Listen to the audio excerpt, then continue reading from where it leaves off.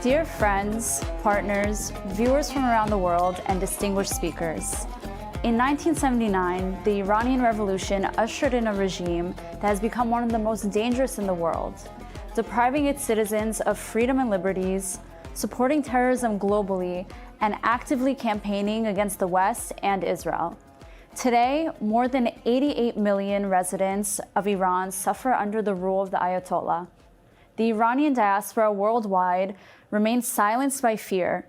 Minorities within these communities face threats, and the stability of the entire Middle East is compromised. This rally, Voices Against Violence, the Iranian Diaspora Speaks, organized by the Combat Antisemitism Movement, unites Iranians, Jews, Muslims, and Christians in a collective call for a free Iran, liberated from tyranny. My name is Natalie Sanadaji. As a proud Jewish Persian American, I am honored to host this pivotal event. Like everyone gathered here today, my hope is to see Iran freed from tyranny. Over the course of this event, we will hear from a distinguished lineup of speakers, including activists, scholars, and community leaders who will expose the realities of Iran's oppressive regime. They will share their firsthand experiences and strategic insights, aiming to illuminate the path towards liberation from tyranny. Their powerful testimonies will serve as a rallying cry, motivating us to take a united action against Iran's human rights abuses. Thank you all for joining us from around the world. I am honored to introduce our first speaker, an incredible advocate, Lily Mu. Lily is a British-Iranian human rights activist dedicated to challenging the Islamic Republic's policies and combating anti-Semitism globally. Lily has spearheaded the Women Life Freedom Marches, advocating for feminist revolution with the Islamic Republic for over a year. And we are immensely grateful to have her here with us today.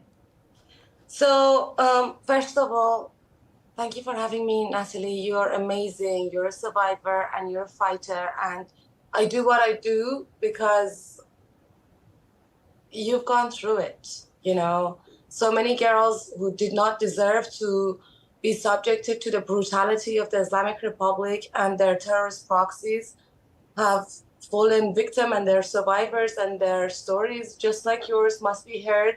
And the world, for some reason, is playing a little deaf. So I'm screaming very loud these days.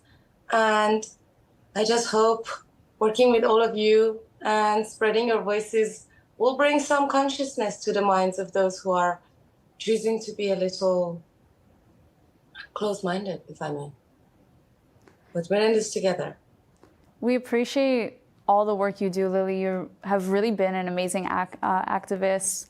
And, you know, it started in Iran, and a lot of people seem to not realize that Hamas is just one of the proxies of the Islamic regime. Absolutely. And it's so important to have that unity, because that's what they want more than anything. They want us to not be unified against all of them. They want us to not realize that they're all one and that we have one common enemy. We are facing the biggest enemy of our time at the moment, enemy against women and freedom, again, enemy against life. And this very enemy is destroying our countries and the region, trying to stay in power. But their hate is so much weaker than our love. And the fight that we are fighting will reach an end that's hopefully going to be rid of the Islamic Republic. And in turn, hopefully the rest of the international community will survive and have a future where hope can actually exist. But this should never have happened, and October 7th is a stain on the history of humanity. But always remember, Iranian people from day one have been allies of Israel, and inside of Iran, people actually love Israel. Yeah, I definitely agree that it's something very important to point out and for people to always remember, is that the Islamic regime does not represent the Iranian people. And a lot of people don't understand that, and it's important for us to be their voice, because the Iranian citizens, for the most part, don't have a chance to really shout out and have that voice. And it's amazing to have someone like you, you know, scream it out for them. Thank you. Well, Israel has been standing strong with the Women Life Freedom Movement since the day Mahsa was murdered at the hands of the morality police. And on October 7th, when we all got traumatized and witnessed the terrorism that happened and took place in your beautiful country, it invoked a bigger fight in all of us. And when I see my Jewish friends and brothers and sisters across the globe getting together and uniting to fight the very enemy that I'm fighting and backing me up, the only thing I can do is fight shoulder to shoulder next to you guys, you know? And also one thing I really want to make sure a lot of people understand is that you yourself are a Nova Festival survivor. What you witnessed there, the atrocities you witnessed there, those things that act has been being practiced in Iran. And a lot of the parties that take place in villas and in rural areas and countrysides where underground raves take place in Iran, the so-called security forces, IRGC forces, the morality police, they would go and brutalize the young people and partygoers who are taking part in those celebrations of life.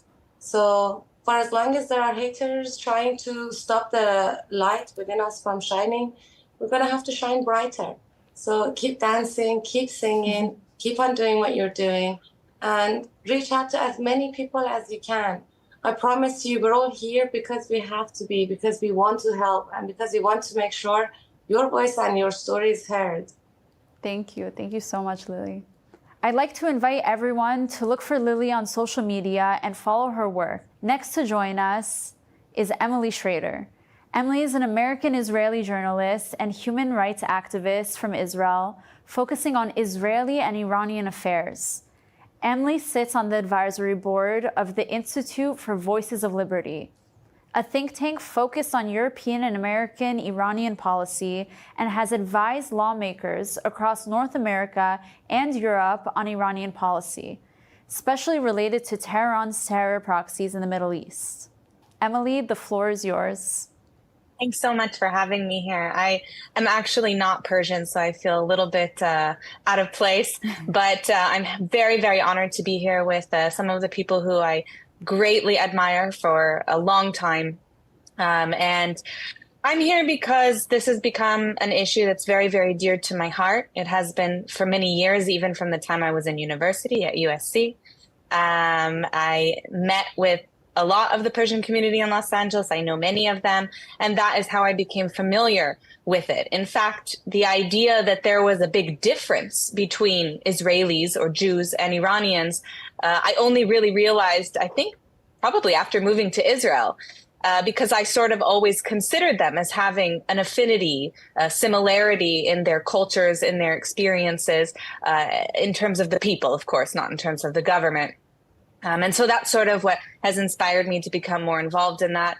I was one of the organizers of the Women Life Freedom protests in Israel. It was the only place in the Middle East that actually held protests. Of course, we don't have the 80,000 scale that they had in Germany or some of the other places, but we did do multiple events. And I also have been one of the organizers of the mural project, bringing different murals of solidarity between the Israeli people and the people of Iran throughout the state of Israel, along with Houmen Khalili, whom some of you know very well. I guess I just wanted to start by saying like a few things about what's happening in Iran now. Not that I really need to educate any of you, but just for any of our additional viewers who don't really know, of course, right now, politically speaking, Iran's in a very, for them, for the regime, unfortunately, I think they're in a good place, which is bad news for the rest of the world. We see that after the death of Raisi and the foreign minister, there will be elections held on June 28th. Nobody's going to participate. That's the general sentiment. I think the last polls that I saw said approximately 80% of the eligible voters are not intending to vote. That is intentional because there is no democratic legitimacy under the Islamic Republic. So that's not surprising, but they will be replacing Raisi with someone after June 28th. We've also seen an ongoing oppression of women. We've seen even a greater crackdown on the gender apartheid policies that we see throughout Iran being committed by the morality police. Just yesterday, there was a video, I shared it recently, a video of a woman being, pushed violently into one of the vans of the morality police, the same way we saw with Mahsa Amini And it's very unfortunate because I think that a lot of this, what we're seeing today from the regime is the byproduct of a weak policy on Iran from European nations in particular, as well as the rest of the Western world. And that weakness has emboldened oppression, and specifically oppression of minorities, oppression of women, as we know, oppression of athletes, oppression of musicians, of artists. This isn't, unfortunately, something new, of course. This is something that's been going on for 45 years. And even when you have brave, courageous voices, like some of them here who have been speaking up, this isn't something that the general Western world understands. And that's what we're fighting for today. And so I think that one of the most important things that we can do is to show the world that there is this solidarity, and to show the world that we do have this common goal of fighting against an Islamist terrorist organization, which is the Islamic Republic of Iran, along with all of its proxies, whether it's the IRGC, the Houthis, Hezbollah, Hamas in Gaza, or any of the other terror groups that they are supporting or have supported over the years. We need to present a united front against this. We need to continue to advocate and to educate the rest of the world about the values that they stand for versus the values that the West, and in the West, I'm including Israel for this discussion in terms of liberal values, what we stand for. I don't think there's a good general understanding of this. We know it, but not enough other people do. And so for me, it's been a mission to work with people at high level, whether they be, legislators or leaders, if I have the opportunity, as well as the grassroots level, to get as many people as possible to understand this message, that we have a shared goal of bringing down the Islamic Republic of Iran. And it's not because we want a war, because God forbid, the last thing we want is a war. We have enough war right now. But because the people of Iran deserve freedom, because they want freedom. And I think it's something that's been really painful for me to realize through all that I've learned about Iran and the Iranian people is that when we look at what's happening in Gaza today, it's very, very sad. And I don't want to see any Palestinian civilians die as a result of this war. I think every single death of a Palestinian civilian is a tragedy. However, I will say that the people of Iran have shown the rest of the world, and the people of Iran have shown the rest of the Muslim world and the Arab world what it looks like when you stand up to a dictatorship at all costs, at any cost in some cases. And so I think we cannot be making excuses for people who make excuses for terrorists. And this is something really important to remember, because there is no language that terrorism or that terrorists understand other than force. We must stop these regimes with whatever means that we have available to us. Ideally, not with violence, but we do need to have the courage to stand up to whatever comes our way when it comes to destroying, as they've stated so clearly, destroying essentially Western civilization. And so with that, I'll let someone else take the floor. Again, thank you so much for inviting me here. And Natalie, you're truly a role model and a hero of mine as well. And I appreciate you bringing us all together this way. Thank you, Emily. Thank you so much. We are all on the same side. And especially for me, as someone who's the daughter of an Israeli mother and an Iranian father, that was one of the biggest misconceptions I came across from people, was that when I would tell them, I'm Iranian and Israeli, their automatic reaction was, what's it like to be from two countries that hate each other? What's it like to have parents from two cultures who hate each other? And I would always have to explain to people, it's not the people. They don't hate each other. They once lived in peace. They once loved each other. It's the regimes. It's the governments. We always loved each other. I mean, speaking historically, of course, from the time of Cyrus the Great, there's a true allyship between the Jewish people and the Iranian people. And that continued until 1979, as all of you here know. So this is something, this whole concept of being enemies, this is something that's foreign, and it's something that we should reject, and we should call out whenever anybody brings that up, because we are not enemies, we're allies in the fight against a shared enemy. Absolutely. Thank you so much, Emily. Next to join us is Millie Ephraim. Millie is a multimedia creator and founder of Persian Girl Podcast. She is committed to preserving the history of the Jewish people of Iran. Thank you so much for being here today with us, Millie. Thank you for having me. Such an honor to be here with one of my closest friends, who you are and who I started Persian Girl Podcast with. For anyone who might not know, I I'm a Persian Jew. I come from a family who has, you know, 2,500 years of history in Iran, Persia. And I I never thought that my Persian or Jewish identity should be separate. You kind of hear it in the title of Persian Girl podcast that I emit Jewishness, because for me it was something that was just always embedded in my Persian identity. And similar to what everyone else has been saying, yeah, we forget this 3,000-year allyship between Persians and Jews, and we forget that it is the oldest diaspora, and the Jews were in Iran. I mean, it was the Jews and the Zoroastrians.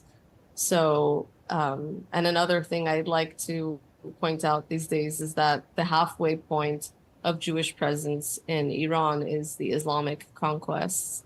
So with all of that being said, my family's history left a great imprint on me from a young age. I always felt like called to use my voice in one way or another.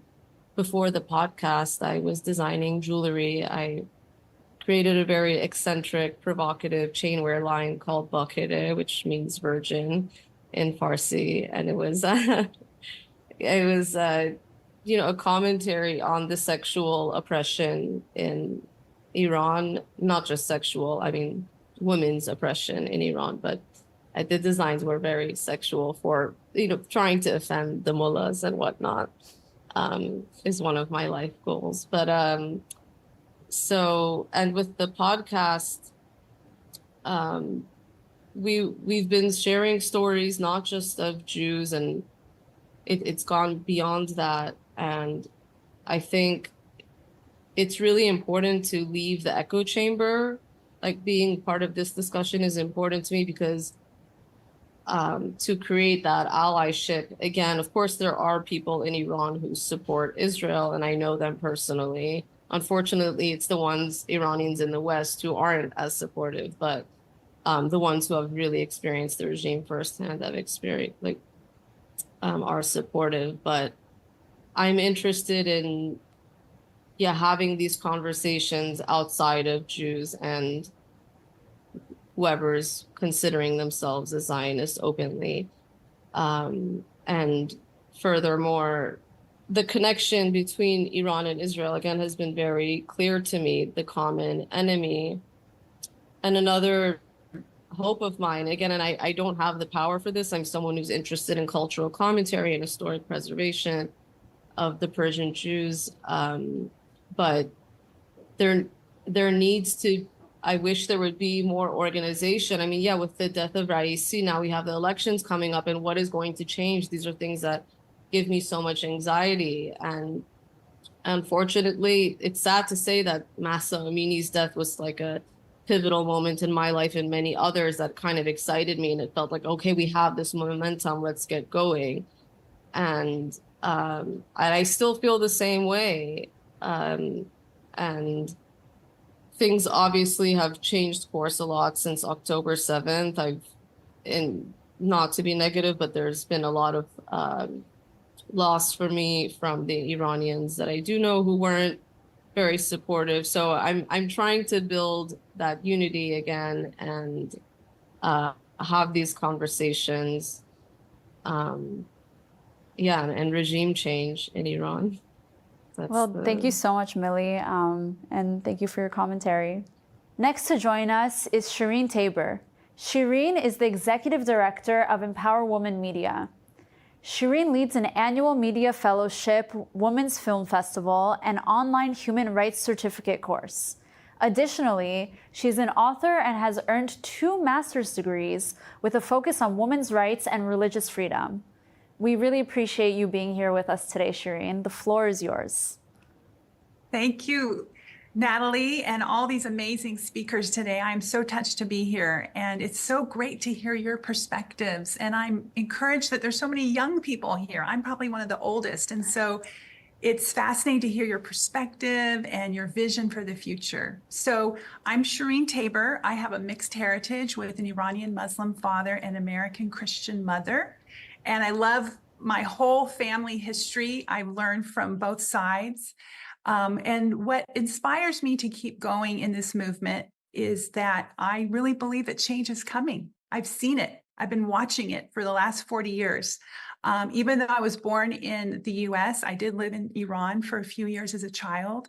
And I lived there before the revolution. And I remember, the freedoms that we had to move about society, and the birthday parties and the get-togethers and going to the park and music and art and so many great things that impacted me. I mean, some of those things are even here on my bookshelf, just memories of living in Iran and really holding on to that vision. And I think it's possible in our lifetime. What I do essentially is to encourage the democratic movement through media and education strategies. And we're seeing a shift in the culture. Just recently with the recent protests, we're seeing people becoming more and more creative. And the research actually shows that we can do a lot through media and through the arts. We've seen that through just the demonstrations of dance and music and film, even creative gestures where they would put dye in a water in a fountain and it would represent the movement. Color. These things are so important to keep the movement going, and we cannot underestimate the impact of media and the arts, social media, the murals that Emily is a part of. These actually do have a lasting impact, and there's data and science to actually back that up. So I want to encourage you that there's a positive shift going, and however long it happens, it's like the drip, drip, drip of a faucet. We will see change. What we do is we focus on education and training. And so what we believe based on the data is that Iran, there's still a lot of work to do to educate the public about the benefits of freedom. And one of the things I wanted to clarify today is the public, by and large, is not interested in liberal Western values. We need to remember that. Iranians still tend to be fairly conservative.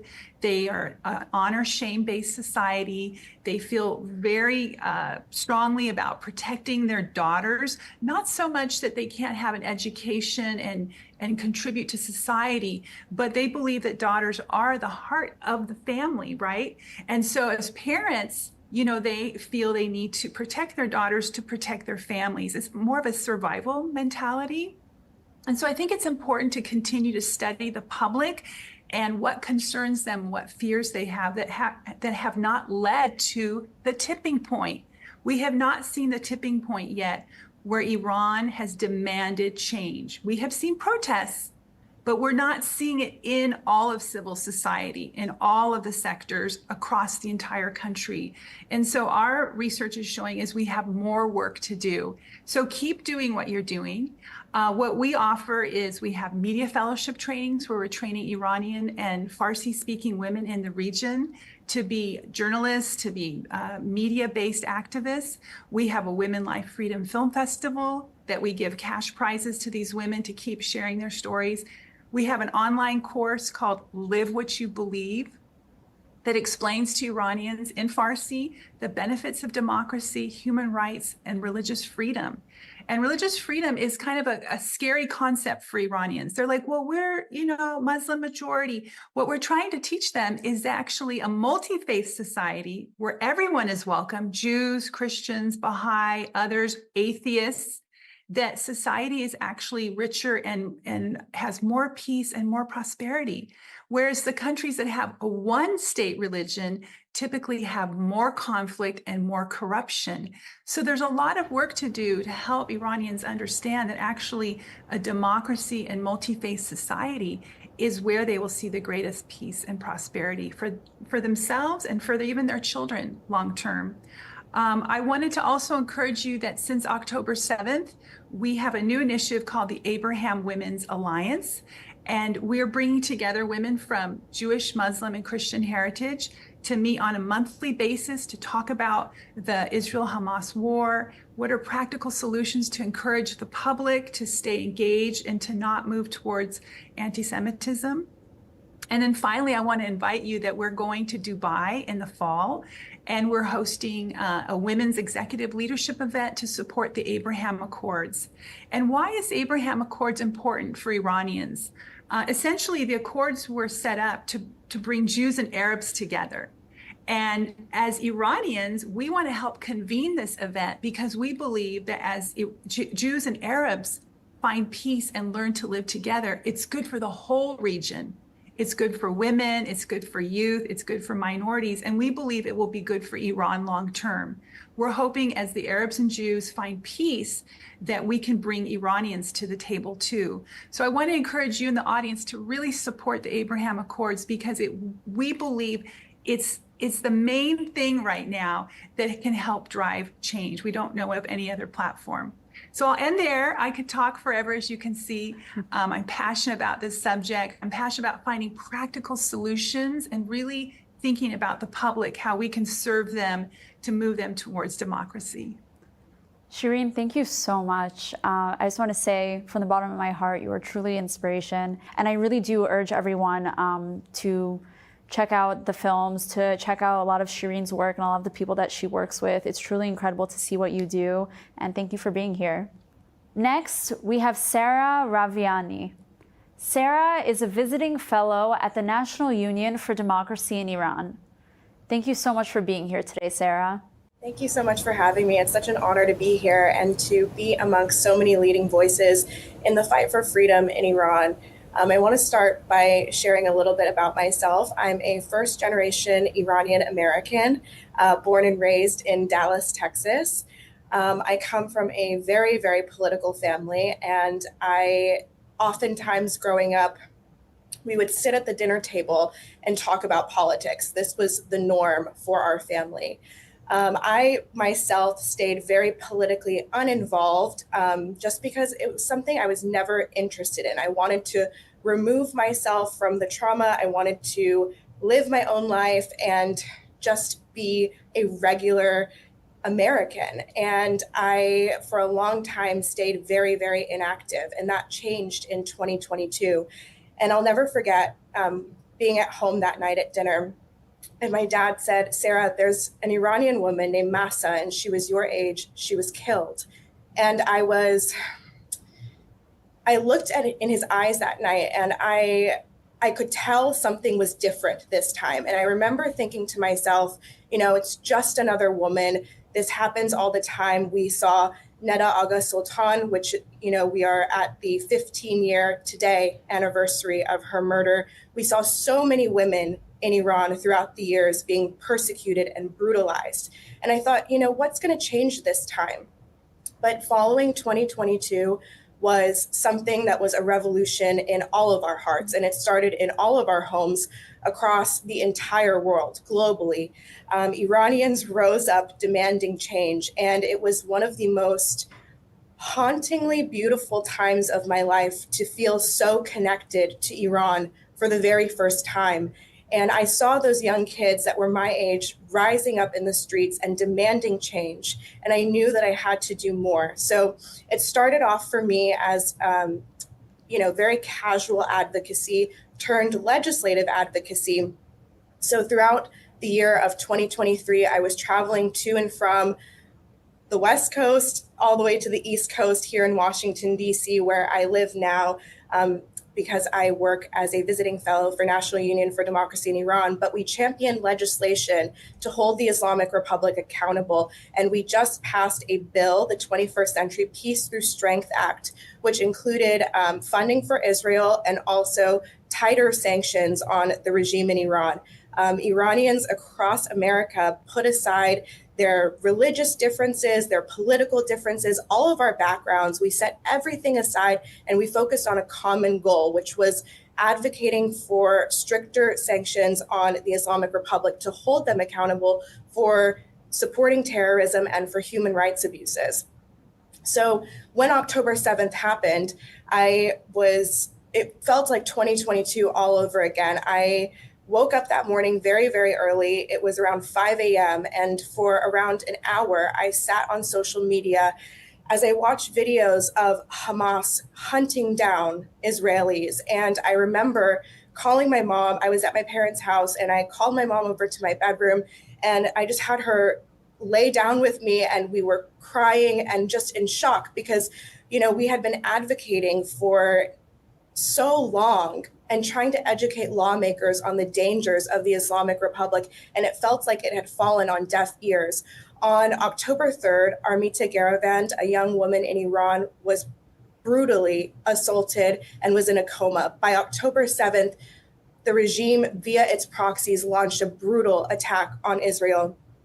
And I was honestly scared because when I see Iran trending in the news, it's usually never a good thing. And I thought, oh my gosh, are people going to think that Iranians hate Israelis or hate Jews? But then by October 10th, the hashtag Iranians Stand With Israel was trending. And the Iranian people globally stood up with the people of Israel against the terror that Hamas had committed. And it was beautiful to see because for all of 2022 and 2023, the Israeli and Jewish community are basically our only allies. They were the only people that stood with us as we were, demanding change and demanding freedom. And so to see this unity was in one of the darkest moments was something beautiful that came out of this very, very awful, awful situation. By October 11th, I was back in Washington, D.C., and I was on Capitol Hill, and I was advocating for stricter sanctions. And the dialogue had completely changed. For the first time, we had lawmakers that were actually listening and actually had an interest in hearing about what the Islamic Republic was doing. And it felt amazing to be heard for the very first time and to feel like finally someone was listening. So in all of the madness and all of the chaos and all of the abuse that the Islamic Republic perpetrated, there was something beautiful that came out of it. And my heart really does go out to the Jewish and Israeli communities. There were many Iranian Jews, Iranian Israelis who were murdered and killed on October 7th. And it just showed us that no matter where we are in the world, the Islamic Republic is a threat to us all. So we have to continue standing together and demanding freedom and demanding change, because a free Iran will benefit every single one of us. Sarah, you said that for a long time you didn't want to get into politics, but I would like to say that I'm grateful that someone like you is out there fighting for what's right and standing up for our people. So thank you for all that you do, and thank you for being here today. Next to join us is Farnam Nekui. Farnam is dedicated to putting maximum pressure on the European Union and superpower countries in the form of holding demonstrations and consulting with the representatives of these parliaments until reaching a conclusion and transition from the Islamic Republic. Farnam, thank you so much for being here with us today.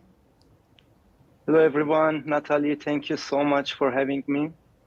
I'm Farnam, a former political prisoner in 2018 in Deskhet prison in Isfahan.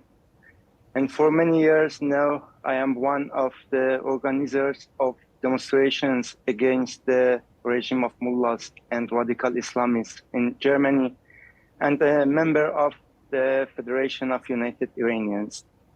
The need to transition from the Islamic Republic has never been more urgent because radical Islam in Iran has been a source of immense suffering for the Iranian people, the Middle East, and the world. And the danger of radical Islam threatens our security, freedom, and life more and more day by day. The United Iranian Federation will continue to champion the case of freedom and democracy in Iran, ensuring that the voice of the Iranian people is heard and respected on the global stage under the leadership of Crown Prince Reza Pahlavi. The programs that we are now seriously pressing in 28 countries of the world, in addition to holding demonstrations, sending email, and making appointments with members of the parliaments of superpower countries who want regime change in Iran. Another important task is to close the mosques of the mullahs regime in free countries And as you know, these mosques are a place for breeding terrorists and exporting the idea of the mullahs regime. Last year, we managed to deport the imam of the Hamburg Bolu Mosque from Germany, and he cannot return to European Union, but we still could not close this mosque in Hamburg. We need a stronger alliance than we have ever had in order to wake up the European Union, the United States, the United Kingdom, Canada, and other democratic countries from the slumber they are in, and from the serious dangers of the mullahs regime export of radical Islam to the world. Thank you very much, Natalie. Thank you so much, Farnam. I'm sorry that you had to suffer firsthand under the hand of the regime, but it's really amazing to see that you've taken that suffering and turned it into something powerful. And it's incredible to see how much you're doing to try to fight for a more free and better future for the Iranian people. So thank you for all that you do. And thank you for being here today. Next to join us is Marjan Kapoor. Marjan Kapoor is a human rights activist and advocate for women and minorities in Iran. She is the founder and director of the Alliance for Women's Rights of All Minorities, ARAM, an international network of activists which promotes equal rights for all citizens in Iran, and Stop Femicide Iran, an advocacy campaign which monitors and documents acts of femicide and memorializes their victims. Thank you so much for being here, Marjan. Thank you, Natalie. It's really a pleasure to be with you and among such a distinguished group of activists and friends of human rights and friends of the people of Iran. I have some remarks prepared, but I'm going to try to present them in a conversational way to keep the flow.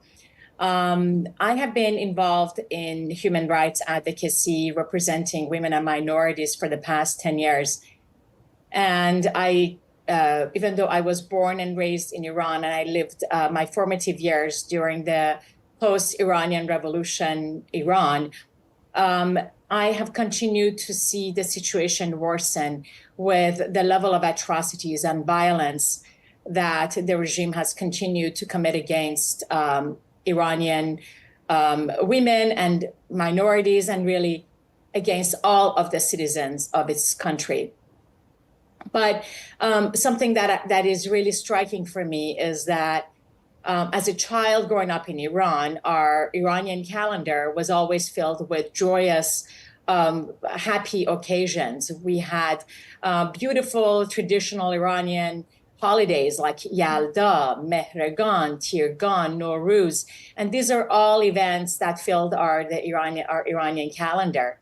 But since the bloody revolution in 1979, the calendar has become a dark calendar filled with days of executions, days of crackdown of protesters, days of maiming and committing countless atrocities against the people of Iran and also through the proxies abroad. Just between the months of May and June, there are several dates that are worth mentioning. There are several lives that were taken from us that are worth mentioning. And I'm only going to point out to some of the more famous women who lost their lives during such days. And I want to begin by a woman, legendary woman named Farrokhru Parsa, who was the first female minister to participate in Shah's cabinet. And she was in charge of education for all of Iran. And she was a feminist, and she believed in the rights for education for men and women. But Farrokhru was one of the first people that was targeted by the Iranian regime, by the Islamic regime. And she was to be made an example of. And she was taken, and she was at the time, a middle-aged woman, and she was taken to the execution squad, and she was executed on June 8th of 1990 by firing squad in order to make an example of her. and teach, a message to the Iranian women that is today very familiar and similar to what we hear from the Taliban. A month later, on June 18th, a group of 10 Baha'i women who were school educators, Sunday school teachers equivalents for the Baha'i community, were violently taken from their homes and were pushed to renounce their religion or choose between renouncing the religion or death. And they did not want to renounce their religion. They wanted to stay true to who they were, because the Baha'i faith is an indigenous religion in the country of Iran. And because they did not want to let go of who they were, and they wanted to embrace their true identities, they were killed in an act of mass execution by the Iranian regime. All of them, the 10 women, and they were Mona Mahmoudinejad was a 16-year-old girl among them. Other women were between ages of 23 and 50. I'm just going to mention some of these names because they need to be memorialized and they need to be remembered in our calendars. Izzat Jannami, Roya Eshraghi, Taraneh Arjamand, Zareen Mohimi, Shirin Delavand, Akhtar Sabet, Simin Saberi, and Mahshid Nurmand. These were women who lost their lives in an act of mass execution on June 18th of 1980. And then, of course, someone mentioned the fact that 15 years ago, Neda Agha Sultan lost her life as she was protesting sham elections in Iran and she died in front of our cameras. CNN and many other news agencies, they covered in live format the bloody and sad death of Neda Agha Sultan. And we thought that this would be it, that this would be the end, that once the international community sees how the Iranian regime treats its own people, finally there is going to be major uproar and outrage, and this brutalities will stop. But it didn't. We see that 15 years, the regime has only expanded its level of crackdown and violence against women and against all of the Iranian people. And of course, we marked 2 years ago with the Mahsa Amini's murder that sparked an unprecedented wave of outrage and unrest in the country. We saw that thousands took to the streets to only to be arrested, shot at, captured violently, and be subject to unspeakable crimes, including torture and rape.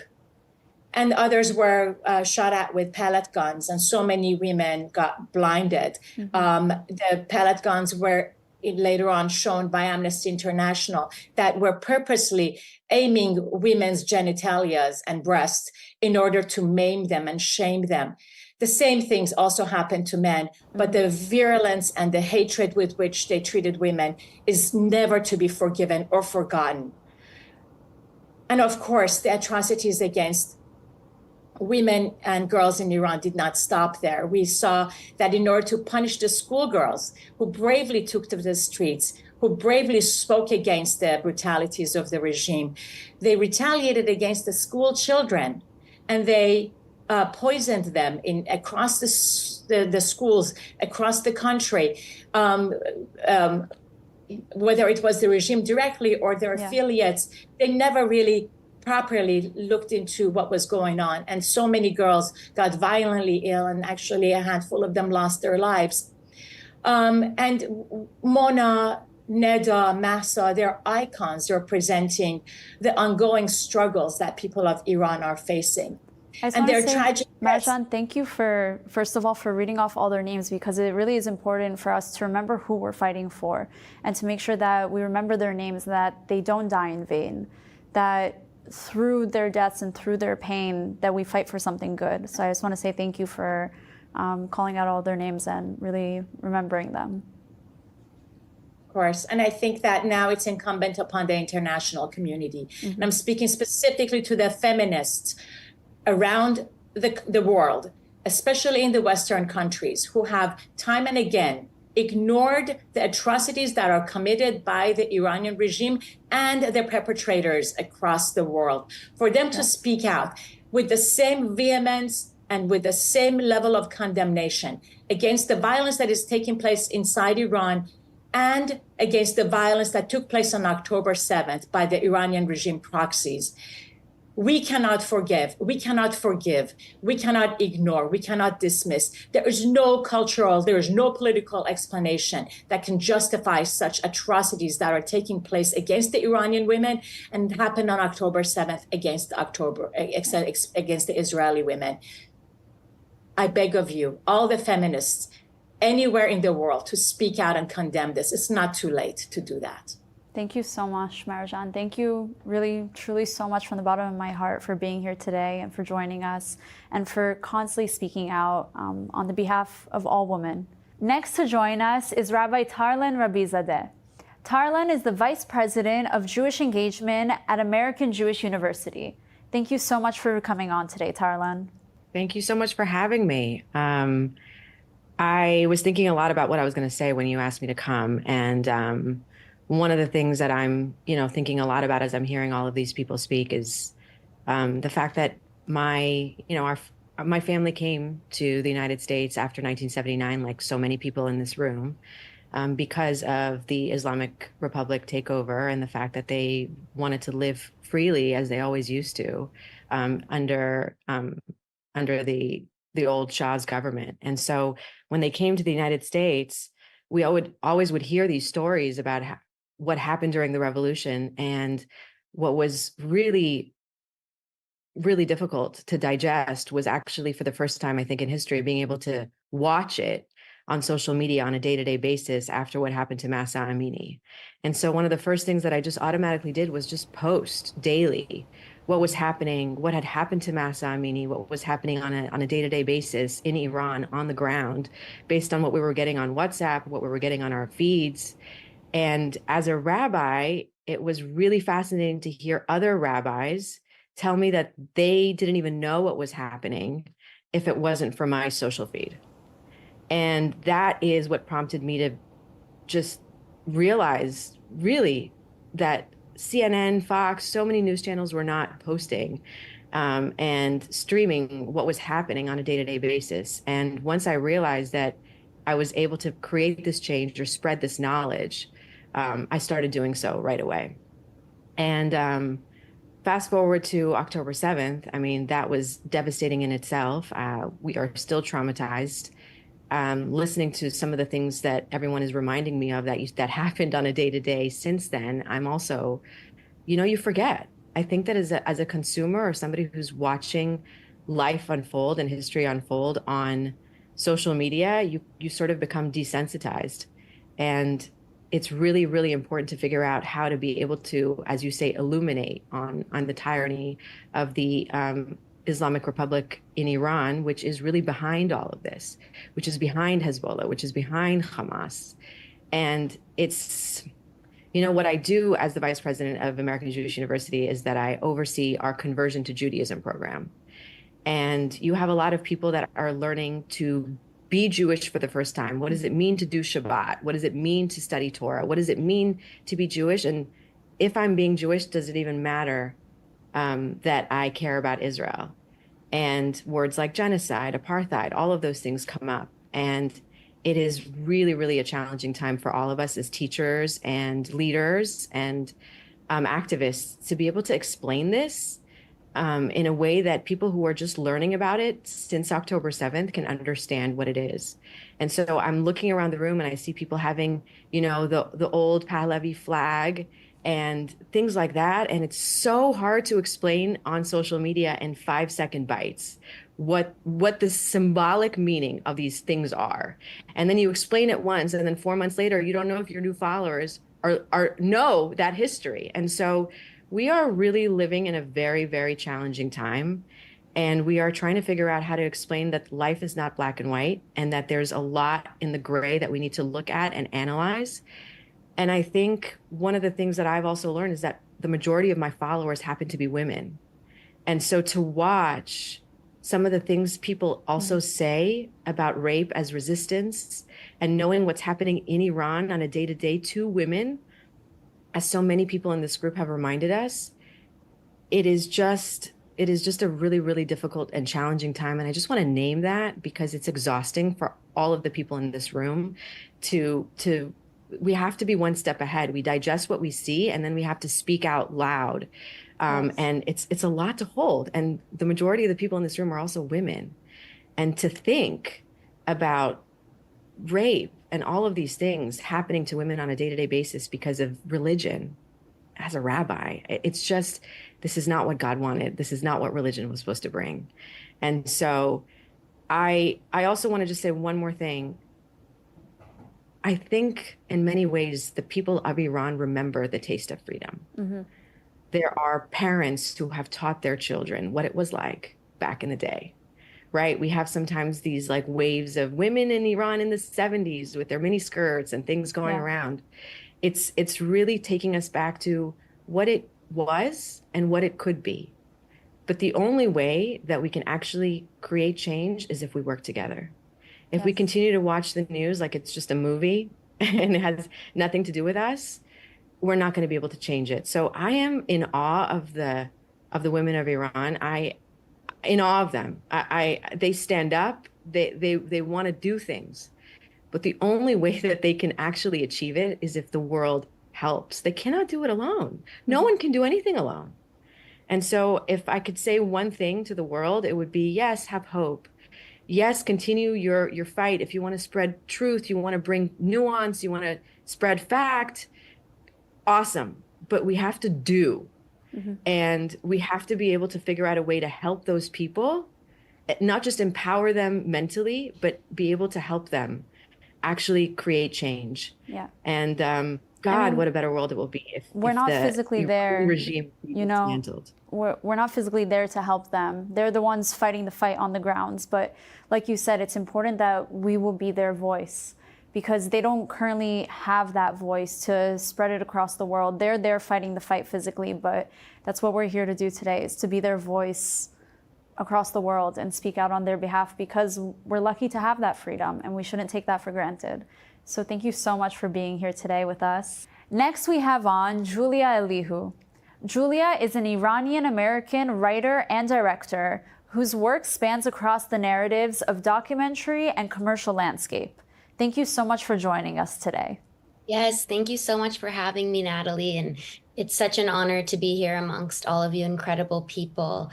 So as you mentioned, I am a filmmaker, and being of Iranian Jewish heritage, really the thing that inspired me to go into filmmaking and storytelling are my family stories. And that always starts with the story of my great uncle, Habib el-Ghanian, who was very sadly the first Jew executed during the revolution in 1979. And if you don't know about Habib, he was a well-known Jewish leader in Iran. He was an interfaith philanthropist in Iran, and he was also a very well-known businessman. My mom always likes to recount how Habib was one of the first to bring hula hoops to Iran. They manufactured the first melamine plate sets the country had seen, so they could transition from fine china to something a little bit more casual. And so, growing up, I was surrounded by these fun and exciting stories, and then also this really tragic event of what happened to my great uncle. And similarly, on my dad's side of the family, my uncle and aunt were imprisoned simply for being Jewish, and all had to escape the country. And I know that this is a scar that runs through the diaspora community. It goes further than just being Jewish. It really has to do with anybody who doesn't agree with the ideals of the regime, which most Iranian citizens do not, of course. So for me as a filmmaker, it's really about humanizing the Iranian people, because so many people, right? Like when my mom moved to the US, so many Americans didn't understand that there was a difference between Iranian citizens and the government. They villainized all the Iranian immigrants who were moving to the United States. And sadly, I see that similarity happening in Israel, where people don't understand that there is a difference between government and people. And at the end of the day, we are always going to be advocating for people, for the freedom of the people and, humanity. So through film, I really am just telling my family stories, but it goes broader than that. I'm reminding people that no matter what religion you come from, no matter what country you come from, no matter what backgrounds you come from, we're all humans at the end of the day, and we can all connect on that basis. So my hope is that we see a future where, every Iranian can kind of come together and stand by that. And something beautiful that I've been exposed to in this kind of artistic world is seeing so many Iranians that live in Iran, so many artists who are putting their lives on the line by telling these stories alongside me. So I'm inspired, and I really do hope for a peaceful future in the Middle East. Thank you so much, Julia. It's really incredible to see you take the pain that your family went through and turn it into art and turn it into something that will touch so many souls. Through that art, through film, you can reach such a broad audience, and that's what we're trying to do here. So thank you so much for taking the time to be with us today. Next, we have on Lisa Daftari. Lisa is a journalist and foreign affairs and counterterrorism expert. She is the editor-in-chief at the Foreign Desk. Thank you so much for taking the time to be with us today, Lisa. Thank you so much. Thank you for including me in this wonderful lineup. And thank you for turning your experience into something so much greater and inspiring, and really becoming an activist, an advocate, and someone who is not a victim, but someone who takes this and turns it into hope for so many other people. I like the fact that Tarlan touched upon this, the taste of freedom for so many Iranian people, regardless of where they live and where they are, not just in Iran. That's something that I talk about often, is this inherited faux nostalgia that so many of us have, including myself, somebody who was born after the revolution, born in New Jersey, never have stepped foot on Iranian soil, but yet felt this innate sense of responsibility to tell the Iranian people's story. The first time I had a chance to write a term paper, I always tell this story, and I know maybe some people on this chat have heard the story, that in 8th grade we were told to pick a big historical topic that we wanted to write about first term paper, and I chose the Iranian Revolution because at that point I wanted to tell my classmates, tell my teacher the distinction between the Iranian people and the government, because I had this sense that, well, everyone thinks that people in Iran ride on camels and they sit on the floor for their meals and they don't really have a sense of civilization, which is quite the opposite. And since then, that has really become turned into a vocation. My goal as a journalist turned, I guess, expert or political commentator in this arena, and I'm about a year away from a PhD in this field. It's really our job to put all the dots out there and to lead people to connecting the dots on their own. And, for such a long time, we saw so many advancements in this field of people really understanding that there's a difference between the Iranian people and their government. People understanding, for example, Shirin talked about the Abraham Accords, that the Abraham Accords are so organic that the people of these moderate Arab states and the people of Israel are not at war, just like the people of Iran and the people of Israel or any other country are not at war, that they all want the same things: freedom, prosperity, economic freedom, the chance to travel to different countries, the chance to participate in a large and robust global economy. And that's exactly what the Abraham Accords brought to light. For me personally, that was such a culminating moment. I was able to work with the White House on rolling out the Abraham Accords. I was on the lawn the day it was the Abraham Accords were launched, and I thought, wow, we're finally getting somewhere in terms of getting this narrative shifted for people and really putting it to work. It wasn't just a piece of paper. It was actually something that we saw great collaboration, private and public deals between Israel and these moderate Arab states. And then comes October 7th. October 7th, we not only stepped back from that Abraham Accords, that this 10 steps forward, we took 100 steps back. And that is because of a few different things, mainly because of the narrative that has been perpetrated and really hijacked by media, by social media. And what's funny is when I came to my parents with many law school acceptance letters in hand and almost all my pre-med requirements done, and said, I actually want to go to journalism school and I want to focus on, focusing on foreign policy in the Middle East, my dad especially said, what are you going to do with that? And now, it's become such a relevant thing, so much so that makeup artists and actors and musicians all want to opine on this topic that they have no business opining in. Mm-hmm. And that's exactly why we have so many lies and the narrative that's being pushed by social media. I mean, some of them are just so ignorant on the topic, and they don't mean to be, but that's the way it's been portrayed. Meaning, if you are a social justice warrior, and that if you care about certain things, a long list of things, if you care about gays, if you care about women, if you care about, freedom, if you care about peace, then you should hate Jews and Israel, and you should support Hamas and the Palestinians, and you should be in favor of an Iran run by these terrorists, which is completely backwards. And my advice to people who are in this field and understand the truth is to really just continue pushing the most simple narrative, is that there's only two sides. You can either be pro-terrorism or anti-terrorism.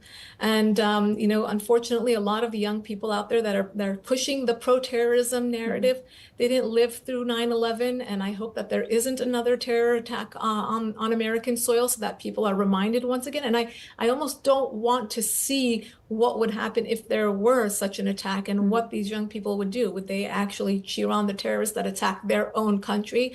That's really the sad thing that we come to. But I think that the hopeful thing that I want to leave everyone with is that there are a lot of good people doing good things and pushing the correct and right narrative.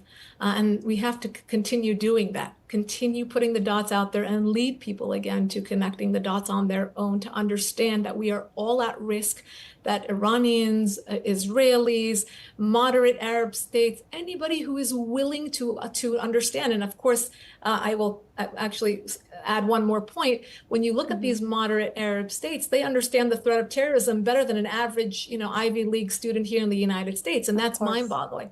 And the reason for that is because they understand the threat, because they have lived the threat. And you want to remind people that, we don't want to experience it in order to understand what this threat is. So thank you to everyone who's out there fighting this fight. And I wish you all luck and strength going forward. Thank you so much, Lisa. Thank you for all of your insight. Next, we have Ramin Rabian. Ramin is an attorney from Los Angeles. From September 2022 up until October 7th, his focus was mainly on the Woman Life Freedom movement. But since October 7th, he has taken more of a focus on Jewish and Israeli advocacy along with Iran. Thank you so much for joining us here today, Ramin. Thank you. Yeah, my name is Ramin. I'm an Iranian Jew.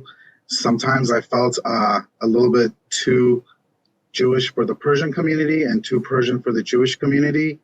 But since September 16 and since October 7th, I could not be more prouder of both communities and felt so much love. I want to talk about the commonality of Persians and Jews. There's a lot of both cultural and language things that's very common between our people. For example, of all the nations in the Middle East that became Arabized, that became Arab after the Islamic conquest, the only country that didn't become Arab was Iran, and the only other people were the Jews. For example, when it comes to like when we say Am Yisrael Chai, Israel lives on, it's the same in the Persian culture. Zende bad Iran va Irani, long live the country of Iran and Iranians. So it's just, and then, on October 7th, when all the stuff was going on in Israel, all that terrorist attacks, the Iranian government was gassing their school children. And the reason why you gas school kids is because while while every Iranian has been sanctioning themselves to get rid of the regime, what you cannot do is let somebody harm your child. You cannot make a decision on behalf of your child. And that's how sick this regime is. When I came on, it says this is combating anti-Semitism. Iran naturally is not anti-Semitic. It's through the religion, and right now so many mosques have been closed down in Iran. And ever since Reza Pahlavi comes to Iran and emancipates basically women and minorities and everyone, within one generation, Iranians and Iranian Jews and all over, they just rise up so quickly. And this is because of the natural tendency of the Persian culture towards like a neutrality, a base culture. So if we want to combat anti-Semitism, I think Persians are our best allies. And lasting peace in the region is through a free Iran. Thank you so much, Ramin. Next, I would like to give a warm welcome to Miss X. Miss X will be joining us today and speaking a little bit about her experience as an Iranian. So thank you for being here. Hi, thank you, Natalie. Thank you for having me, and thank you for including me. And I'm very honored to be on this show today. I am Iranian. I was born and raised in Europe, though. I live currently in Sweden, and I work as a medical doctor. I very much agree with most of the previous speakers. I just wanted to talk a little bit about how the social media portrays and how the society follows a false narrative and in the society today, basically. And me as a teenager, I started to read a lot of history and about Iran and also about Judaism and Israel, and realized, just like some previous speaker said, that, you know, Persians and Jewish people have been connected for years, helped each other. Even if you go so back to say why Purim is celebrated, it's very sad to see that people want to pin Iran and Israel against each other because of the regime. And I also want to speak a little bit about, because I don't know if the previous ones some of them have lived in Iran. I've never lived in Iran, but I have been to Iran and I've also been to Israel. And I have to say that an experience as a woman living in the Western world, going there with a Western passport, having to follow the rules extra hard, because my mother always used to tell me that, you know, if you get caught, you have a Swedish passport, so they're going to be extra harsh on you. You have to cover up even more. Being very scared in the passport control when you come to Iran. This is my nationality. This is my heritage. I want to be able to go to my country. But also after the whole Masa Amini, the courage of the Iranian women is just mind-blowing. And it's very important to see, just like another speaker said, that if you want to fight the Islamic terror, Iran is a great example of showing that you can do it. You can stand against a regime, even though they're being raped, even though they're being murdered, and nobody's doing anything about it. Nobody's talking about it even at this moment when it's still happening. And if I'm going to connect it to Israel, I mean, October 7th, if you look at social media, and I live in a very socialist country. Sweden is a very, very socialist country where people are mostly pro-Palestinian and not really understanding what they're supporting when they are shouting in the streets and when they are posting on social media. But what saddens me the most is that when I see Persian people that were posting against the regime are now posting pro-Hamas and pro-Palestinian, not understanding that these two are connected, that if you are against the regime, you have to be against Hamas. You have to be against Hezbollah. And this is, it's mind-blowing. And what we need to do is educate people more. We need to make them understand that the Jewish people in Israel are more connected to the Persian people than the Arabs have ever been historically and will ever be. If you will look at the map and if you look at the way the countries are around, the Arab people will never stand behind Iran. Till today, they don't. I think Iran uses their proxies just to get the power, but they also know that they're very scared of, you know, Israel invading or Israel doing anything against them, because they know that the Iranian people inside the country, they stand behind Israel. And I just, what I mostly am concerned about is that this narrative in social media is spreading and people are not really understanding the background of everything, not really understanding that this is what they want to do. It's a massive brainwashing in the world. And I'm not going to talk too long because I know this has been like really drawn out, but all I could wish for is direct flights between Tehran and Tel Aviv. I enjoyed it so much. As I was walking the streets of Tel Aviv, I met so many Persian people, and they call it Parsi, and they were so gentle. I had one of the best Persian dishes ever in Tel Aviv. And going to Jerusalem, that feeling of being there, I just wish that more Persians would and more Iranians would just drop that fear and drop that precaution, just go there. It's a beautiful country, and I think that Iran and Israel should be united as one. Amen. Amen. Thank you so much, Miss X, for coming on today and for sharing your insights and your experiences. It's very much appreciated. It is pretty rare to meet someone who has been to both countries. So it's nice to hear from someone who has, and I really appreciate you being here today. Thank you. Thank you for having me. Next to join us is Shireen Yadigar. Shireen is the CEO and creator at LA Mom Magazine and host of her own talk show, Moms Matter. Thank you so much for joining us today, Shireen. I am a child of the Iranian Revolution, born in 1977 and forced to flee in 1978 because of religious persecution. My uncle was one of the first who was executed in a mob because he was born a Jew. My mom was fearful, grabbed myself, I was a year old, and my brother, who was 6, and we left the country. And luckily, my father joined us 3 years later. He was forced to hide his identity and flee the country. That's a story for another time.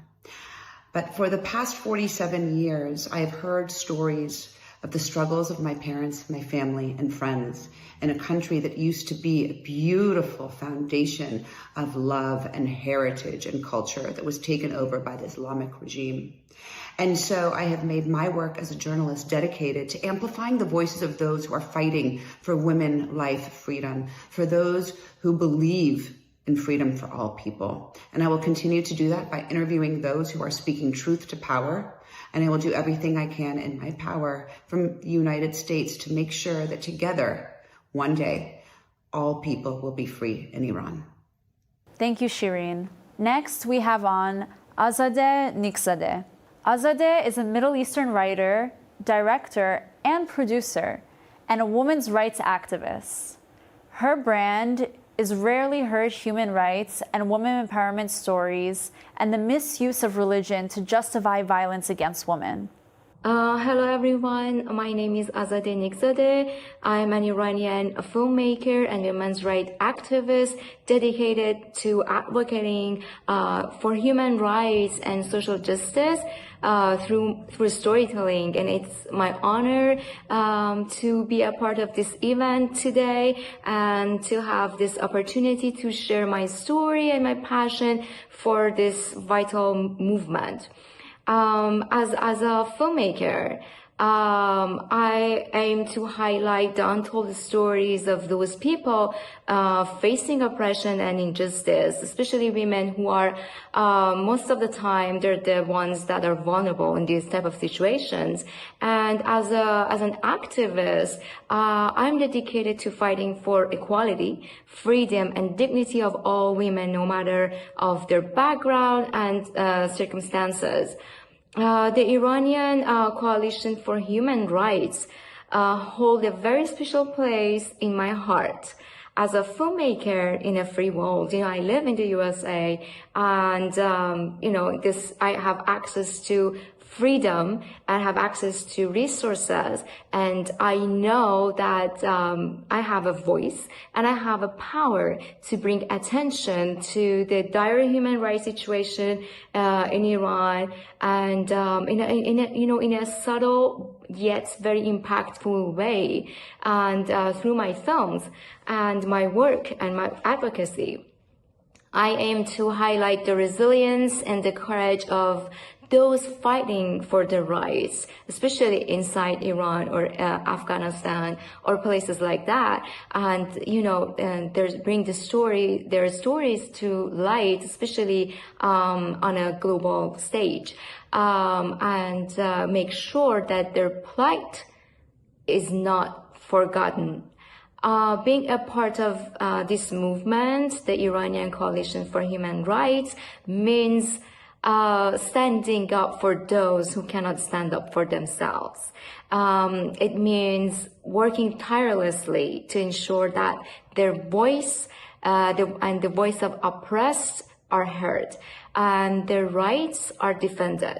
I am excited for us to connect, learn from one another, and amplify our collective voice to create a more just and peaceful future for all. Thank you for your time and commitment for this cause. I'm sure together we can make a difference. Thank you so much for being with us today, Azadeh. Thank you. Today's event was a powerful demonstration of the Iranian diaspora's resolve to stand against the violence of the oppression of the regime. I'm so grateful to each of you who had the courage to share your stories and raise your voice in unison. Your testimonies have sent a resounding message to the world that the Iranian people, both at home and abroad, will not be silenced. Through your unity and resilience, you have shown that love and empathy can triumph over the regime's divisive tactics and brutal suppression. This is just the beginning of a movement that will continue to grow and amplify the voices of the Iranian diaspora. We have made a full recording of the event available on the Combat Antisemitism Movement's website and social media channels. I encourage you to share this far and wide so that the world may hear the truth about the regime's crimes against the Iranian people. Together, we will keep the pressure on and work tirelessly to ensure that justice and human rights prevail in Iran. The Iranian diaspora has spoken, and your message will not be forgotten.